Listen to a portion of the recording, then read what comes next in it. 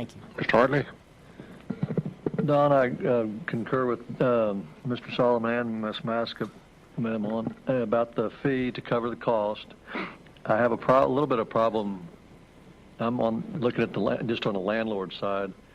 If you wait 30 days, person's in there for 30 days, how do they know that the tenant hasn't caused a violation as opposed to the landlord?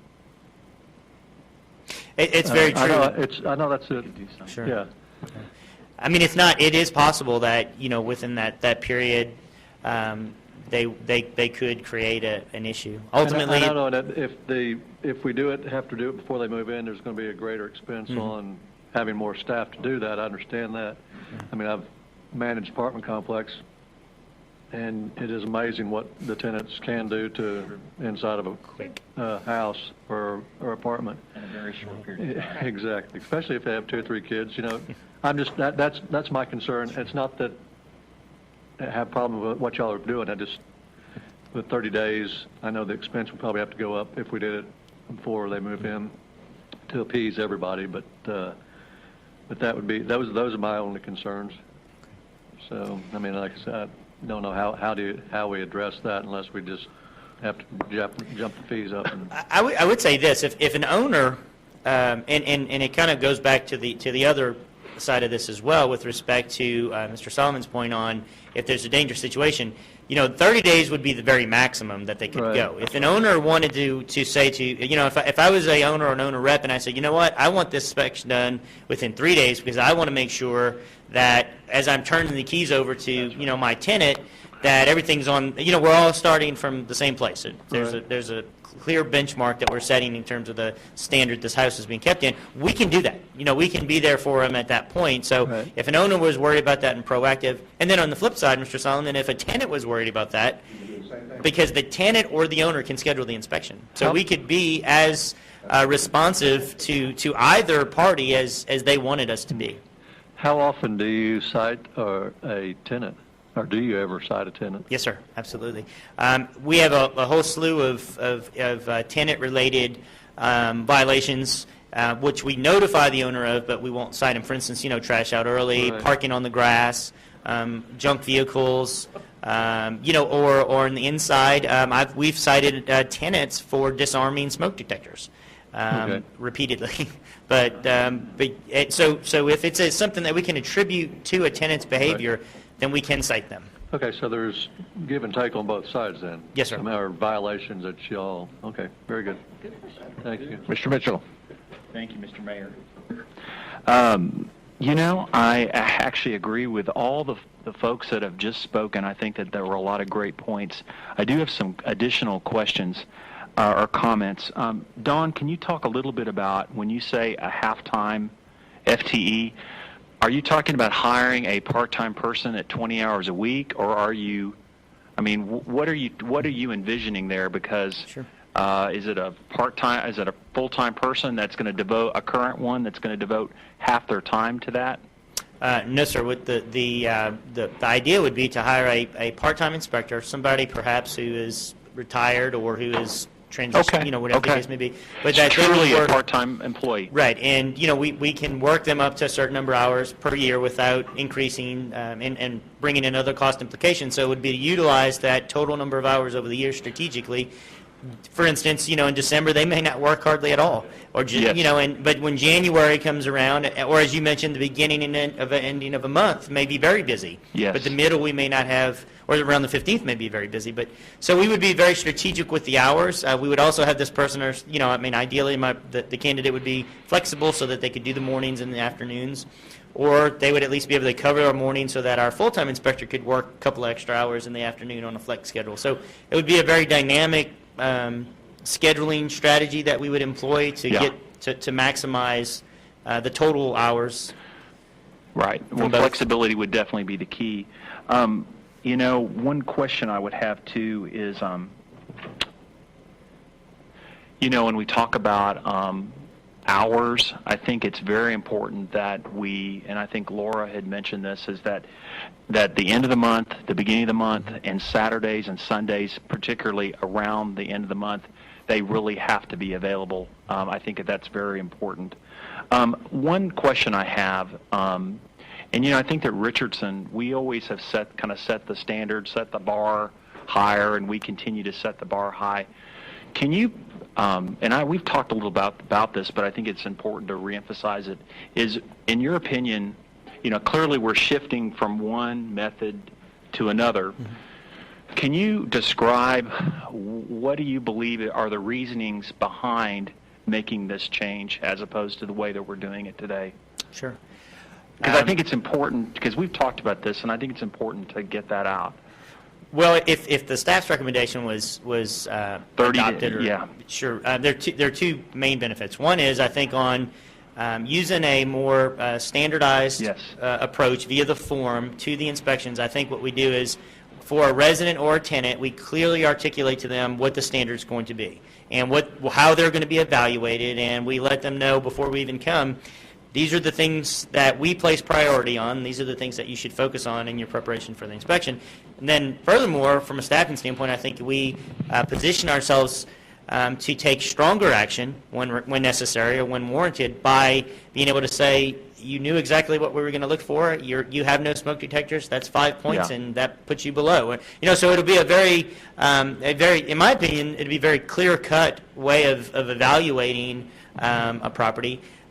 So on that front, with respect to the criteria and the valuation, I think that's one thing we add. And then on the flip side, if within the 30 days of a change of occupancy, and this is the one I'm not so much questioning the scorecard as much as I am the way that we currently do the scheduling Right. on the inspections. Sure. I think I think from a standpoint of within the 30 days strategy, from the standpoint of a owner or a tenant, they can have immediate inspection if that's what they choose under the program. I mean, they're not going to be required to wait 30 days. So I don't think they lose any responsiveness from the city. Right. I think that the city and staff gains, in some cases, the ability to get in much sooner. Some cases just 2 or 3 or 4 months, but in some cases, 5, 6, or 7 or 8 months sooner to evaluate the property as well as who's living there. I think that the connection with the tenant being there, and the connection and conversation and discourse that we can have with the tenant, I think that we will gather more intelligence, more information about the situation there that will be useful later down the road when we potentially may have to investigate a response. We'll have a benchmark from what we've learned from them. So I think those are all benefits to the 30-day program. No, and I agree. And just kind of going through here, I think Mr. Solomon brought up a good point that I think all of us would be concerned about is cost recovery. And I'm very happy or pleased that at least the $75 does, in your opinion, cover the cost of this proposed program. I think it's very important, as Mark had said, is that, it's kind of above and beyond, but it's something that I think ensures, the health and safety of our residents who live in rental properties. As far as requiring inspection upon change in occupancy, I support that within 30 days. I think that for all the reasons that you have said, I think that that's for me personally, when I think about this, is that by having tenants in that property, they can tell you what the issues are. You can go in there and they're going to know within 30 days what the issues are if there's something really unsafe. And I think Mark brought up something that is legitimate. If there's something unsafe, they're going to tell you. I think they will. They'll tell you. And so I think it's a good thing to have someone in there during that time. I also believe that also lets us know how many people really live there, or at least gives us an idea just by looking at the number of cars. Just you know how it is, that whole issue with home occupancy. It can kind of be a shell game, but at least it gets us in there early. And as David had said, is I think that from a business standpoint, I think it does not hold up that whole tenants needing to move in and landlords leasing the property, because typically, you've got someone moving out an apartment, they've got to be out by the first of them. They've got to be out by the first. So a lot of times you have people moving out one day and then people moving right in based upon people have cleaning the house and making sure it's good. So I think it really preserves a good compromise in maintaining a very pro-business atmosphere that I think that we have. So for me, I would support that within the 30 days. I think it's a good step in the right direction. I think the scorecard is a great, consistent way to approach this because of the way that the successes we've had in the multifamily inspections. So the only thing I would just again emphasize is that I believe that we have to make sure that we've got staffing available at the end of the month, the beginning of the month, particularly the Saturdays in and around that, because if we're going to do it in a 30-day period, I think it's going to be very important. So I support the staff recommendations. So thank you. Thank you. Mr. Omar. All right, Mr. Mayor, thank you. Don, I have kind of mixed reactions, so I want to kind of go through some of those real quick. And I'll start off with what I like. I definitely like the grading system, and I like the approach there, the consistency, and some of the things that have already been said. And I suppose I also like or prefer the 30-day approach for reasons that have already been outlined, so there's no reason for me to bring them up. I've got a couple questions, and then I've got kind of a number of comments, I think. First of all, I know we said the average renter has about 1.9 violations. Do we know what the average owner might have? Just roughly, maybe a ballpark? It wasn't in the presentation, but would you guess it's higher or lower than 1.9? It's going to be lower. Okay. Yes, sir. We have 21,000 code violations. If you take out those 2,000, you've got approximately 32,000 single-family homes. Okay. So the other question that I've got is, today we do have an inspection process, and people either pass or fail. There isn't necessarily, I guess, or do they pass or fail? They do? No, sir. But we give them recommendations, things they've got to change, so water heater or what have you. So in essence, I guess it would be kind of those recommendations, we kind of push them to go ahead and make those happen before we are okay with what they've got going on in the rental property? Yes, sir. What we do is we provide them with a code notice that's similar to what we do for outside type property standard violations. And right. if we go back, if it's not inspected, I'm sorry, if the improvement hasn't been made, depending on the kind, we may provide more time, or we would issue a citation and then work this through the court. So the difference kind of is, because you mentioned something like 9% maybe would have failed, and another 9% might have been borderline, so a total of 18%. But ultimately, that's kind of what the inspection grade would have been. But at the end, I suppose they all kind of get to close to a passing score, because otherwise we're either fining them or doing something else, right? Right. Okay.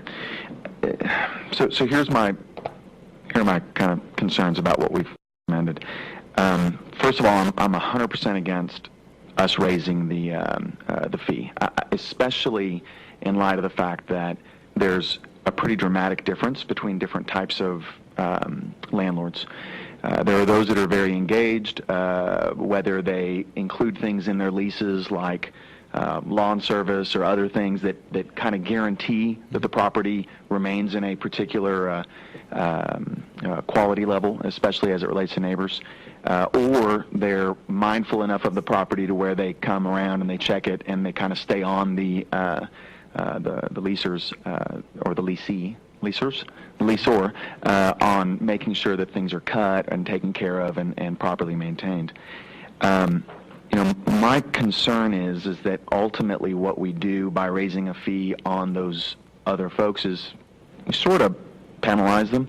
I mean, at least in their eyes, they're looking at this as, wow, we just went from 50 to 75 on something that I'm a great landlord, and why would I didn't do anything to even ask for any of this.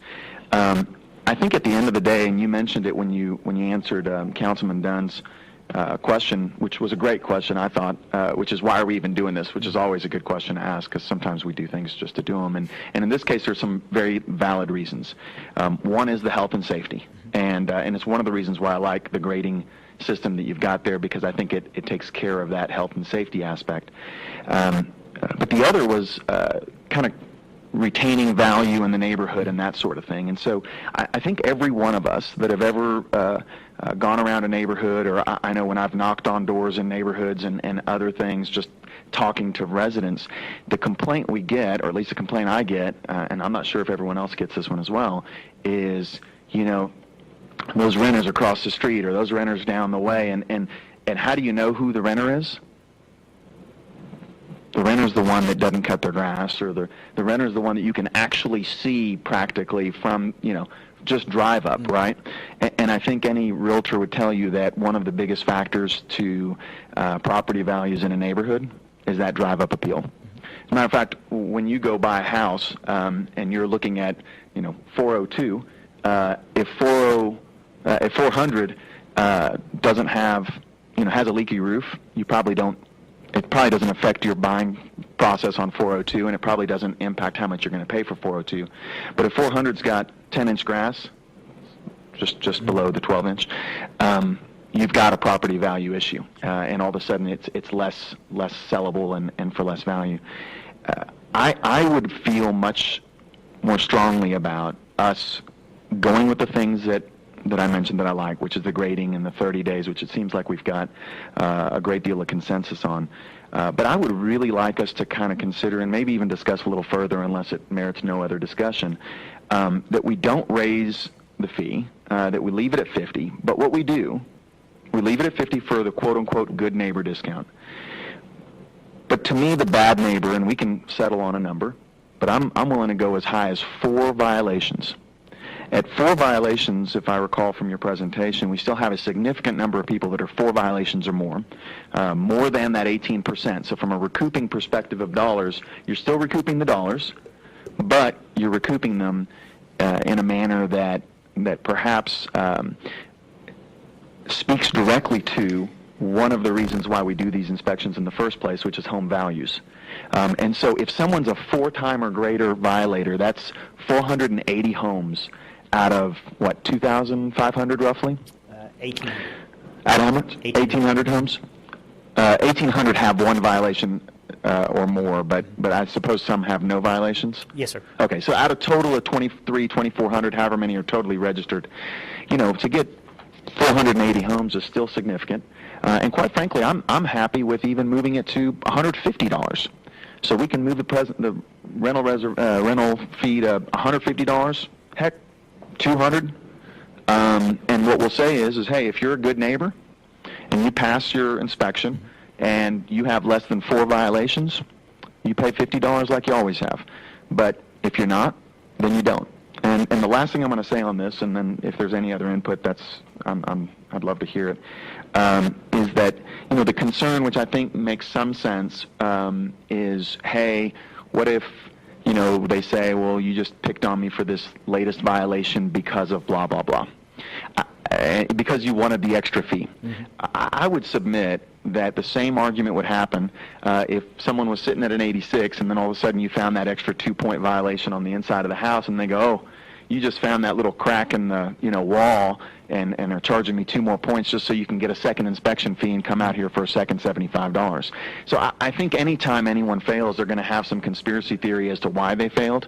And the question is what are we doing to protect the neighborhood? Because at the end of the day, with what we're doing today, we're not grading, but we are enforcing a certain standard, which is kind of like grading, except there isn't points to it. Even with that, we still have 480 people with 4 violations or more. And my argument would be is if we change to the way I'm suggesting, we would have less than 480 that have 4 violations or more going forward, because people would see a very large punitive difference there and would make a decision to do things differently. Can I just make one clarifying point? When we're talking about these numbers, remember, these do not include interior violations. These are exterior only. So if you want to make a distinction between exterior and interior, or if you're going to combine them, you may want to think about the threshold. Because if you say 4 for interior and exterior, that 480 is going to be a lot higher. Well, so these exterior are what kind of happens in the due course of inspection when our folks are out and about and they see long grass, or maybe they get a complaint or something like that, right? Right. Yeah, I mean, we're already going to do the interior with the grading system that we have, and so to me this would be something that would happen after the grading system and whatever occurs over the course of the year. Okay, well, I'm going to make a few comments, but then I'll open for questions again. Well, first of all, I do support the recommendations of the staff here.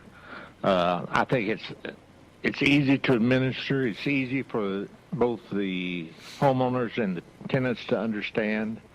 And I think the fees are reasonable as they are right now. But I do have one or two questions, Don. Yes, sir. Simple ones. Say a property gets an 85. Well, in that 15 points, or there may be a serious violation. What follow-up is there on that serious violation? It could be, Yes, sir.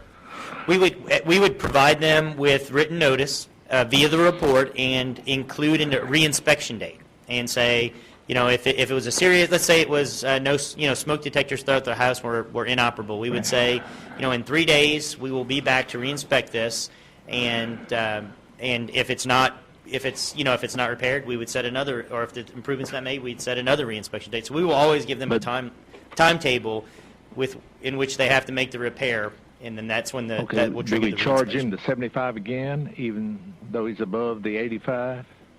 No, sir. We don't charge him 75 if it's just one violation. It doesn't get down to. Right. That's how we have administered in the apartments. If the apartment inspection program, let's say a complex makes an 80, we give them 60 days, generally speaking, for non-life safety violations, property standards predominantly. If we go back and the improvements they've made have pushed them to an 88, then we follow up on the remaining items, but they aren't assessed a second reinspection fee because they passed the reinspection. Okay. Yes, sir. The other question is, if we go with the 30 days after move-in, if the owner requests before move-in, we will do that, right? Absolutely. Yes, sir. He doesn't have to be moved in. Yeah. Yes, Okay. Mr. Keffler? Bob, if I can mention one point here, and this is more than anything else, just to ensure that the community as a whole doesn't see this involving an extraordinary large number of homes. I think most people would be surprised to note that our rental property is less than 9% of our total housing stock, and the large majority of inspections that Don's people are involved in obviously deal with owner-occupied homes. By the sheer numbers that we're talking about here, it's a percentage of it, and we could probably run the numbers. While it may be 8% of the homes or 9% of the homes, speculate that your inspection activity is 20% of the overall total. I don't, whatever that number is. But I do think it's important to kind of keep it in perspective, because I think we have done a good job overall in ensuring that this type of issue doesn't get away from us. And so what really we're talking about, I think, is trying to perfect a service to take that much more emphasis placed in terms of drive-up appeal and value in neighborhoods and others, because I think we saw areas of town, if you take, for instance, the highest percentage of town, for instance, in Highland Terrace being maybe the 25% of the homes rental, I think we'd all be surprised at how it dissipates in much smaller numbers. Yeah. Some parts of this community, for instance, Canyon Creek Lookout North, doesn't have any rental homes, and so I think we've been fortunate, and I just would want to portray the fact that what we're talking about here, I think, is taking it to another level of efficiency. But I still think we respect the fact that we've done, through a collective number of commitments the council's made, a good job in mitigating this overall. Yeah, I had a question or a comment. Bill, I think you raise a good point, is that, as I said earlier, I think what we've done is I think we just continue to raise the benchmark higher because we want our neighborhoods to look good. And, I think that's what I'm looking at, is basically health and safety of the residents and the people that live in and around these rental properties.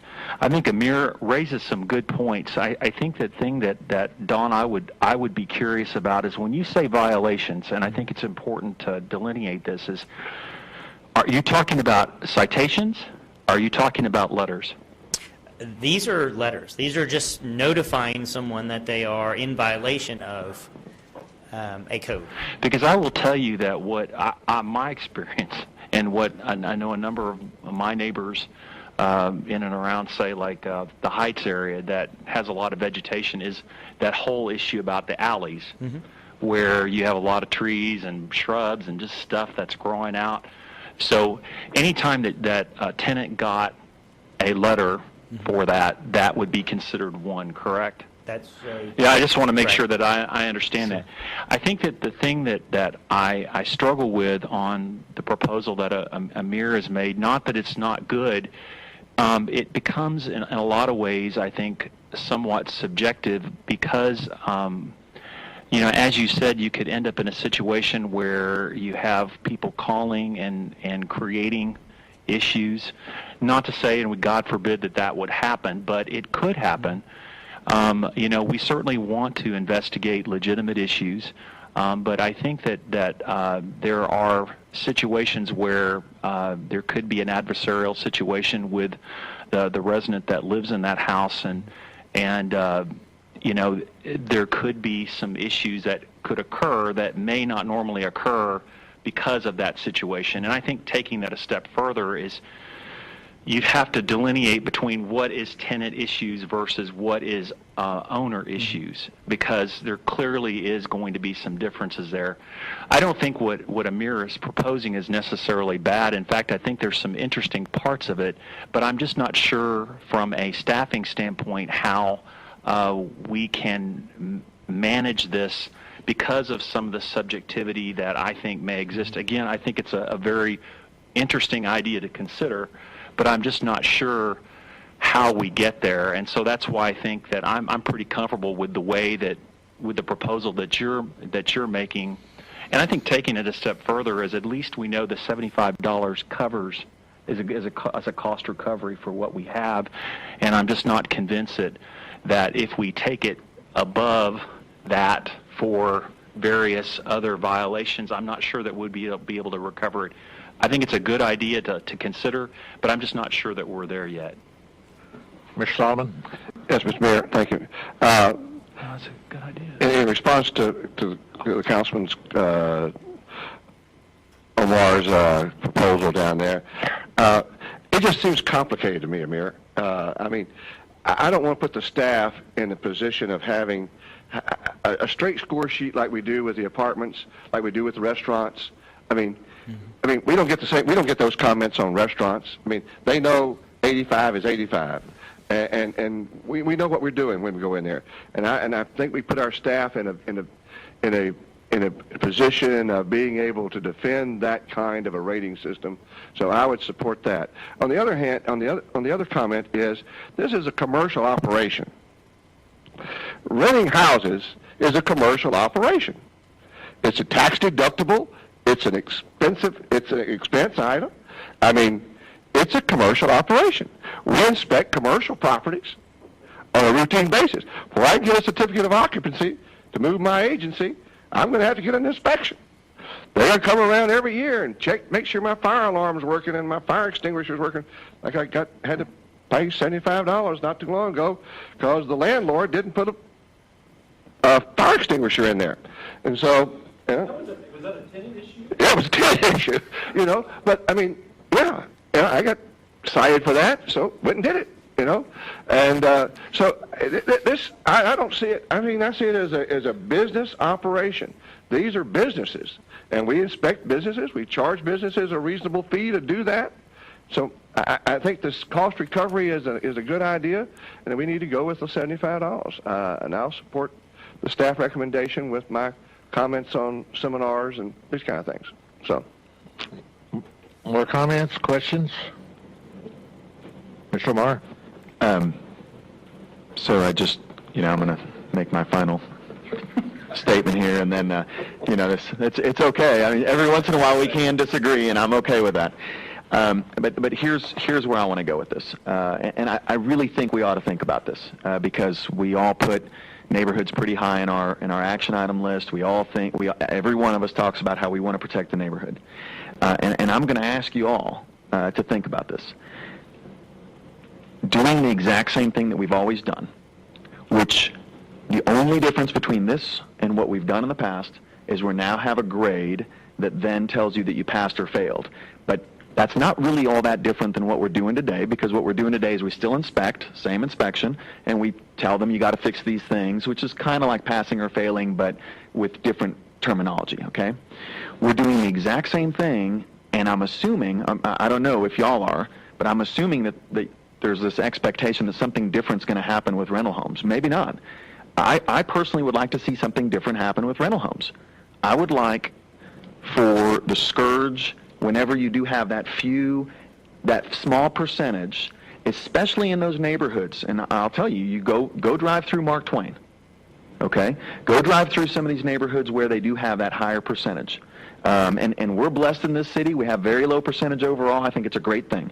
But the places where we have them, you go drive through that neighborhood and you tell me that you can't tell as you drive whether or not there's a pride in ownership in that neighborhood or if there isn't. And my answer to you is you will find very clearly that there is not.